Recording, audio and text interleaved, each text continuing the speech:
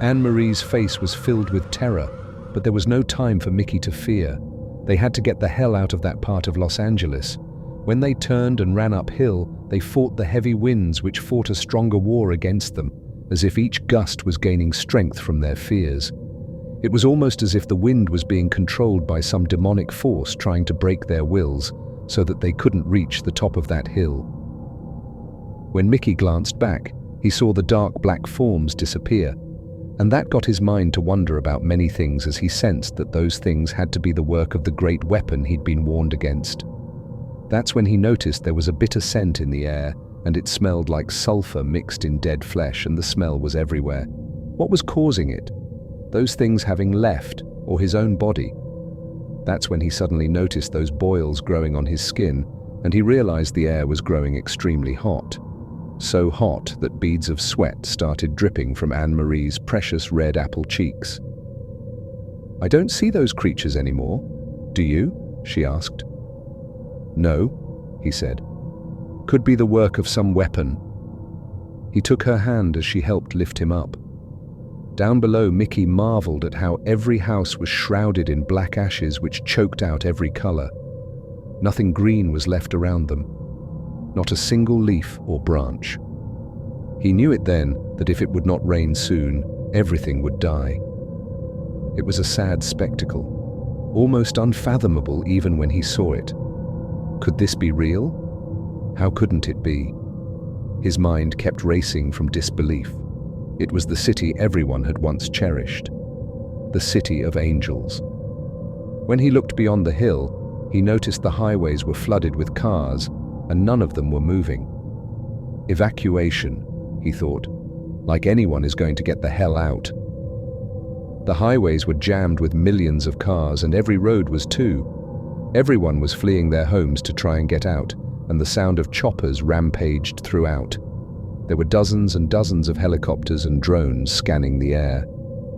Just then, Mickey saw a drone hover over their heads and linger, as if it was holding still to watch what they might do next. And that's when Mickey saw 3 choppers fly straight at them. He didn't know which way to turn. There was no other choice but to run back downhill. They bolted and ran.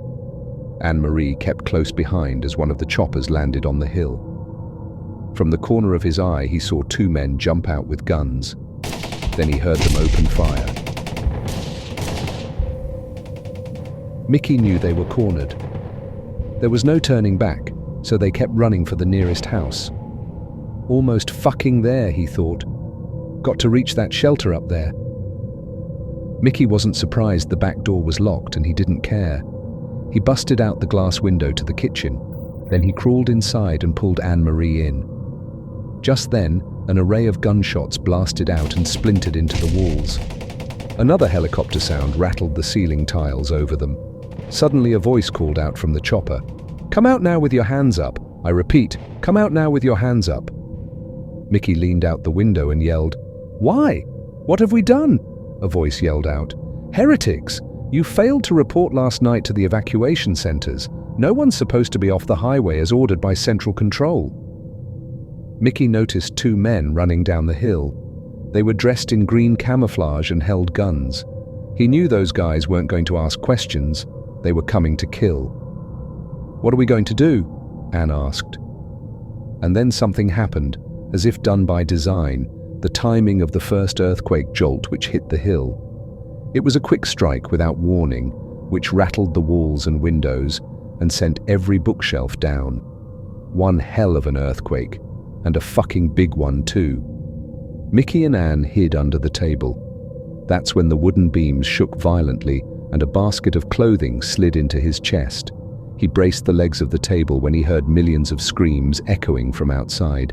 It was a long and loud serenade of pain and suffering, dismay and despair, as the sound of the chopper's blades faded overhead and the tremors of the quake cracked holes in the ceiling and walls. Shattered glass hit the floors as Mickey grabbed a towel and sheltered their heads. The place shook and shook for what seemed like hours, but it had only been about a minute. After the tremors calmed, Mickey crawled out to see if those 2 thugs were still coming for them. LA was a wreck. full of explosive sounds and gas and smoke and fire blazes everywhere, and I mean fucking everywhere, and there was no fucking sight of anyone, just the nearby helicopter chopper burning in flames with a dead body inside no longer flailing its arms or waving a fucking gun at Mickey.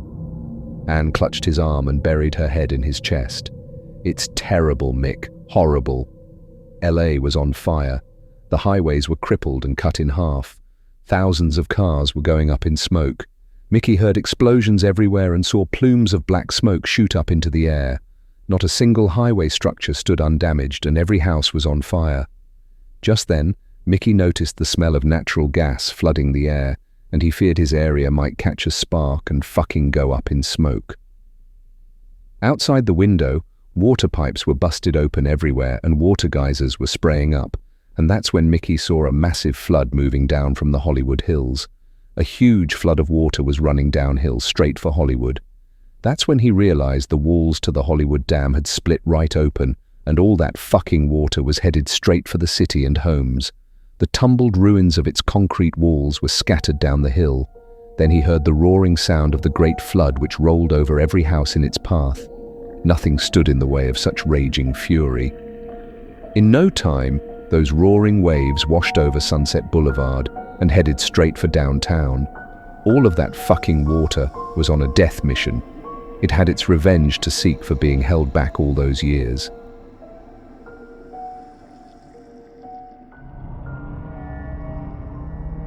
Mickey checked to see if anyone else might be coming for them. That's when he noticed those two camouflaged men lying face down on the hill. They had to be dead, or so he hoped. When Anne-Marie rushed back into the room, she said, "Shit, the city's wrecked." "We're safe for now," Mickey said. "Those guys are goners, dead, I think." "Yeah, I saw them." "Anyone else?" "No one," she said. Now Mickey wasn't sure if someone else might soon come for them. Hell, he was concerned, because there was no freaking way out of this mess. At least Anne no longer resorted to tears, not now, because she knew crying wouldn't help. He reached into the bag and removed the blank sheet of paper. "What are you doing?" she asked. "Writing a note." "More like hoping to read one." He glanced at the front side and saw nothing but empty space. When he turned the paper over, he suddenly saw a message which read, "The nuclear blast. It was done artificially, to line them up for a strike, set them up to make them all fall. Depopulation, once again from the perfectly planned timing and misuse of technology. A fake evacuation caused by a perfectly well-planned dirty bomb, all to gather them in one mass multitude for the wipeout. It had to be because depopulation is the only way to take control. Not enough will be able to rule the many in these times, so they're going to have to wipe out great uncontrollable multitude. Events like this are now happening everywhere. Our money robots are preparing for the next phase of the plan. First it was through the use of the money religion, and now it's through the abuse of science destined to lock you all in. All hail the corporation. All hail the money religion. All power will soon be ours. Money has served its purpose to distract people from our plan. Money has served its purpose to direct and imprison people with our agenda. Money has served its purpose to trap every citizen across the globe into our devices of control. And now, money will serve its final purpose to bring the remaining masses into the singular obedience, our final solution, through the final gateway point of no return. All hail the corporation. All praise the money religion. That was when the page went blank and Mickey couldn't see any words, and then he told her what he just read. But she did not believe him and instead accused him of experiencing a temporary madness and delusion. No, no, no. The paper was blank the entire time. "You're seeing things, Mick. What are you talking about?" "But I read the message. It was there." "It was all in your head." "No, it wasn't. I'm fucking telling you, it wasn't in my fucking head. I saw it there, I did." After he sat on the couch, utter silence prevailed, as Anne reached for a rag and plucked up each piece of glass from the kitchen floor. Later, she brought a plate of cold cuts, canned goods, and bottles of water. They both tried to clear their minds as they sat and ate, both of them fighting back the nausea with each swallow because the first bite of the food was repulsive, and they still felt sick from the radiation. They both ate anyways, even if it meant they were going to vomit later. Thank God, he thought, after he found a bottle of Pepto-Bismol in the bathroom cupboard. The liquid was as pink as tulips as they swigged the medicine down between bites of food. For a while it worked its magic, enough to keep the food down. "It works," Anne said. "It kills the nausea for me too." So much for escaping, Mickey thought. It's a good thing they didn't wind up like all the others out there, fried by a nuclear blast and drowned out by flood. What to do next, he just didn't know.